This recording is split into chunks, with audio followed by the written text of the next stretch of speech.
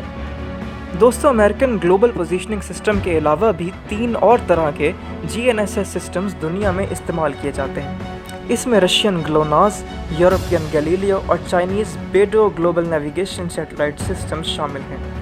اس کے علاوہ چند ریجنل سیٹلائٹ سسٹمز جاپان اور انڈیا نے بھی ڈیولپ کیے ہیں، لیکن پاکستان ایئر فورس کی جانب سے گلوبل نیویگیشن سیٹلائٹ سسٹمز یعنی کہ امریکن GPS کی کیٹیگری کا سسٹم ڈیولپ کیا جا رہا ہے۔ اب اس پوری ویڈیو میں یہ بات میرے لیے سب سے زیادہ حیرت کا باعث تھی، کیونکہ یہ کوئی معمولی کام نہیں ہے، کیونکہ اس کے لیے آپ کو بہت زیادہ ایکسپرٹیز چاہیے، تجربہ چاہیے، اور اسپیس سیکٹر میں بہت زیادہ انویسٹمنٹ کی ضرورت ہے۔ اور آپ سب یہ جانتے ہی ہیں کہ پاکستان کی نیشنل اسپیس ایجنسی سپارکو پچھلے کچھ عرصے سے فنڈنگ کی عدم موجودگی کی وجہ سے کس حال کو پہنچ چکی ہے۔ میرے اپنے خیال کے مطابق اگر ہم global navigation satellite system develop کر رہے ہیں تو مجھے یہ تو نہیں پتا کہ یہ کام کتنے عرصے سے جاری ہے، البتہ اس میں تقریباً 5 سے 6 سال بھی منیمم لگ سکتے ہیں، اور یقیناً اس میں پاکستان کے ایلائز فار ایگزامپل چائنا کی ہمیں اسپیس سیکٹر میں کوپریشن کی بہت زیادہ ضرورت پڑ سکتی ہے۔ میں اپنے چند ناظرین کی انفارمیشن کے لیے بتاتا چلوں کہ آج سے کچھ عرصہ پہلے سپارکو یعنی space and upper atmosphere research commission Pakistan نے اپنے آفیشیل پیج پر ایک کوسچن اینڈ آنسر سیشن کا انعقاد کیا تھا۔ اس کوسچن آنسر سیشن میں بہت سے لوگوں کی بہت سے سوالات اور کوئریز کا جواب دیا گیا، جس میں میرے لیے کچھ چیزیں بہت زیادہ انٹرسٹنگ تھیں۔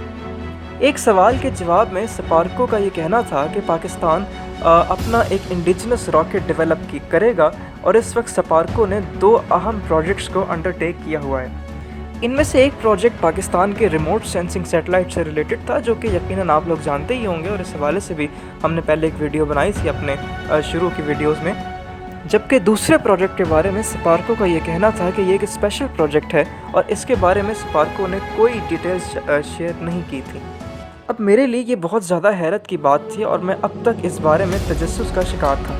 اس کے علاوہ ایک اور صارف نے جب پاکستان ایئر فورس کے ایسٹروناٹ بھیجنے کے پروگرام کے حوالے سے گفتگو کی اور سوال کیا سپارکو سے کہ پاکستان ایئر فورس اپنا ایسٹروناٹ بھیج رہی، جیسے کہ minister of science, farmer minister of science and technology اور موجودہ وزیر اطلاعات فواد چودھری صاحب نے بھی اس بات کے بارے میں بتایا تھا کہ 2022 میں پاکستان کا پہلا ایسٹروناٹ اسپیس میں قدم رکھے گا۔ تو اس کے جواب میں سپارکو نے یہ کہا کہ یہ بالکل پروجیکٹ رائٹ ہے، آن ٹریک ہے، اور یہ آن گوئنگ ہے، اور اس میں بھی انہوں نے ایک اسپیشل سیکرٹ پروجیکٹ کا ذکر کیا تھا، جس سے میرے تجسس میں کافی اضافہ ہوا۔ اب یقیناً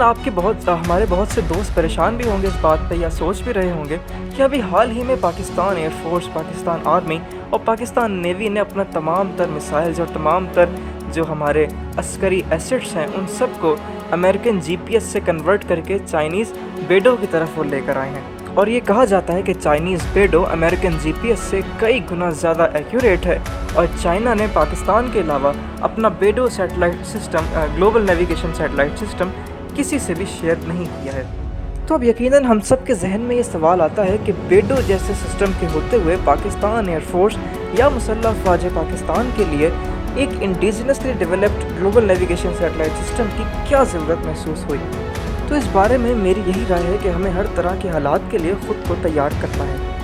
اور اپنے ملٹری ایسٹس کو اور اپنے سوفسٹیکیٹڈ میسائلز کو ان کے ٹارگٹ کی طرف گائیڈ کرنے کے لیے ہمیں صرف چائنیز بیڈو پر ہی انحصار نہیں کرنا، بلکہ آج نہیں تو کل انڈیجنس آپشنز پر بھی ہمیں غور کرنا پڑے گا، اور اگر یہ کام آج ہو جاتا ہے تو اس سے بہتر تو کوئی چیز ہی نہیں۔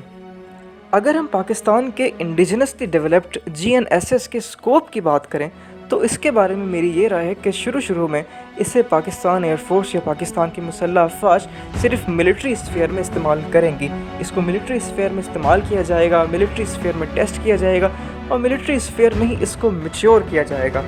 اور اپنی کیٹیگری کے دوسرے سسٹمز کے مقابل لایا جائے گا اسے دنیا میں، اور پھر اگلے 10-15 سال تک میرا خیال سے اس کو سویلین یوز میں بھی لایا جا سکتا ہے۔ بہرحال some thing is better than nothing, اور پچھلے بہت سے عرصے سے ہمیں جو اسپیس سیکٹر میں فنڈز کی عدم دستیابی کی وجہ سے تباہ حالی نظر آ رہی تھی، تو اب یہ ایک امید ظاہر ہوئی ہے کہ پاکستان کا اسپیس سیکٹر مستقبل میں بہت تیز رفتار پروگریس کرے گا۔ اس حوالے سے پاکستان کے وزیر اعظم عمران خان صاحب نے سال 2020 میں نیشنل اسپیس پروگرام کا بھی اپروول دیا تھا، اور نیشنل اسپیس پروگرام کے حوالے سے ہم پہلے ہی ایک ڈیٹیلڈ ویڈیو آپ کو بنا کے دے چکے ہیں، جس کا لنک ڈسکرپشن میں موجود ہے۔ اس کے علاوہ بھی اس ویڈیو میں بہت سے اور بھی ایکوپمنٹس کو دکھایا گیا، جس میں بہت سے جیمنگ اور اینٹی جیمنگ سسٹم بہت واضح طور پہ دیکھے جا سکتے ہیں، اور یہی سب کچھ پاکستان ایئر فورس کے انڈیجنائزیشن اور ماڈرنائزیشن ایفرٹس کا منہ بولتا ثبوت ہے، یعنی یہی چیزیں اس سے پروو کرتی ہیں۔ تو ناظرین، یہ تھی ہماری آج کی ویڈیو جو ہم نے اپنے سبسکرائبرز کی ریکویسٹ پر پاکستان ایئر فورس کی اسپیس کمانڈ کے حوالے سے بنائی تھی۔ تو پاکستان ایئر فورس کی اسپیس کمانڈ اور ماڈرنائزیشن اور انڈیجنائزیشن ایفرٹس کے حوالے سے آپ کی کیا رائے ہے، اس کا کمنٹ سیکشن میں ضرور اظہار کریں۔ ملتے ہیں آپ سے اپنی اگلی ویڈیو میں، تب تک کے لیے اپنا خیال رکھیے گا۔ اللہ حافظ۔